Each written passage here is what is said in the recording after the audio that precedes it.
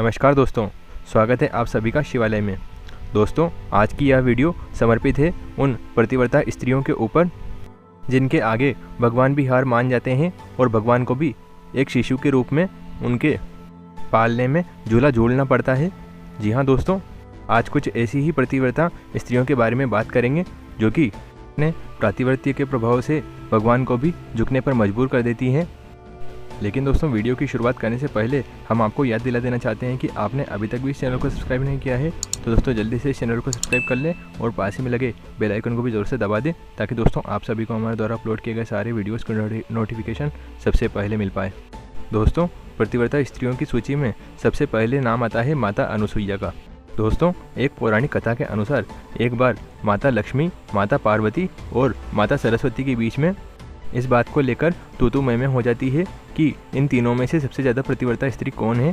दोस्तों, तभी महर्षि नारद आकर उनका यह भ्रम तोड़ देते हैं और उन्हें बताते हैं कि आप सभी से ज़्यादा प्रतिव्रता स्त्री पृथ्वी लोक में स्थित है और उनका नाम है माता अनुसुईया।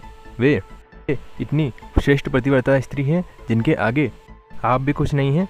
दोस्तों, महर्षि नारद की यह बात सुनकर वे तीनों माताएं अपने पतियों यानी कि भगवान शिव, भगवान विष्णु, भगवान ब्रह्मा को भेजती हैं ताकि वे उनका प्रतिव्रत्य धर्म का परीक्षण करें और उन्हें बताएं कि वे उनसे ज़्यादा प्रतिव्रता हैं या नहीं।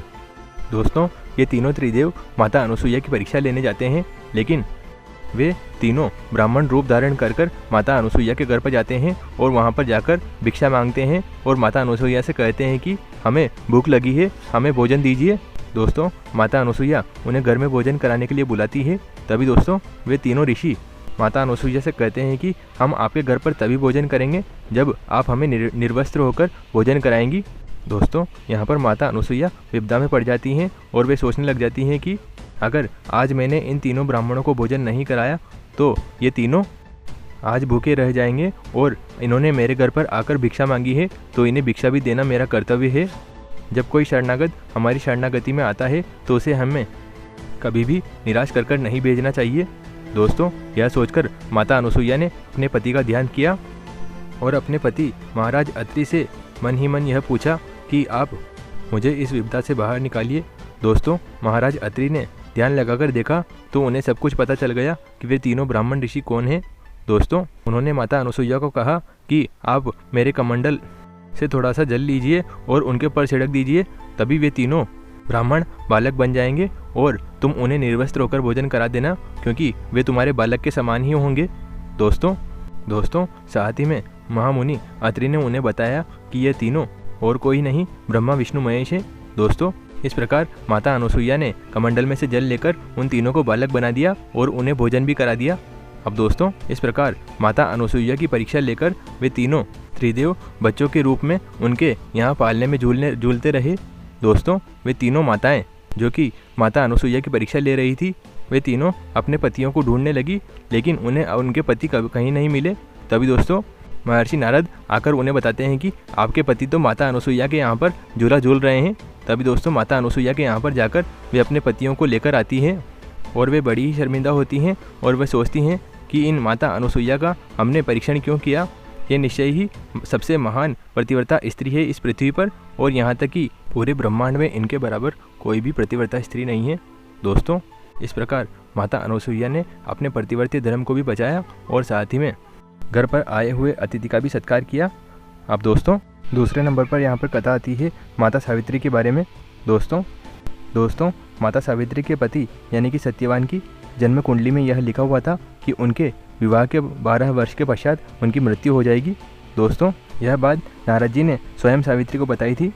दोस्तों, नारद जी के कहे अनुसार जब सत्यवान की मृत्यु का समय निकट आ गया तो सावित्री व्रत करने लगी। एक दिन सत्यवान जंगल से लकड़ी काट रहे थे, तभी उनकी मृत्यु हो गई और यमराज प्राण लेकर चलने लगे। तभी दोस्तों जब यमराज सत्यवान के प्राण लेकर जा रहे थे तब सावित्री भी उनके पीछे पीछे चलने लगी। जब सावित्री पीछे चली आ रही थी तो यमराज ने काफ़ी समझाया और विधि का विधान भी बताया, लेकिन उनकी निष्ठा और प्रतिवर्ती धर्म देखकर यमराज भी प्रसन्न हो गए और वरदान मांगने को कहा। दोस्तों, तब सावित्री ने अपने सास ससुर के नेत्र, खोया हुआ राजपाट और 100 पुत्रों का वरदान मांगा। दोस्तों, यमराज ने सभी मांगे मान ली और तथास्तु कह दिया। दोस्तों, इस तरह यमराज फिर सत्यवान के प्राण लेकर चलने लगे। तभी सावित्री फिर से पीछे पीछे चलने लगी। उनके इस कृत्य से यमराज नाराज हो गए।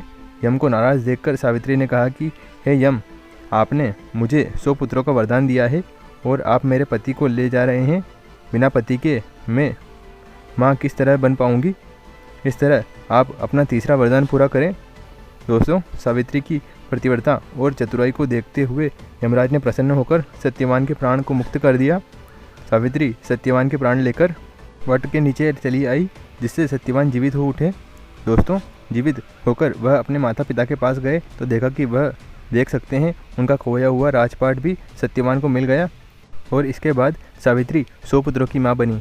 अब दोस्तों, आप सभी को प्रतिव्रता नारी की शक्ति के बारे में पता चल ही गया होगा। अब दोस्तों, आप सभी को यह वीडियो पसंद आया है तो दोस्तों आप इस वीडियो को एक लाइक करें और दोस्तों के साथ में इस वीडियो को ज़्यादा से ज़्यादा शेयर करें। मिलते हैं दोस्तों अगले वीडियो में, तब तक के लिए जय हिंद, वंदे मातरम।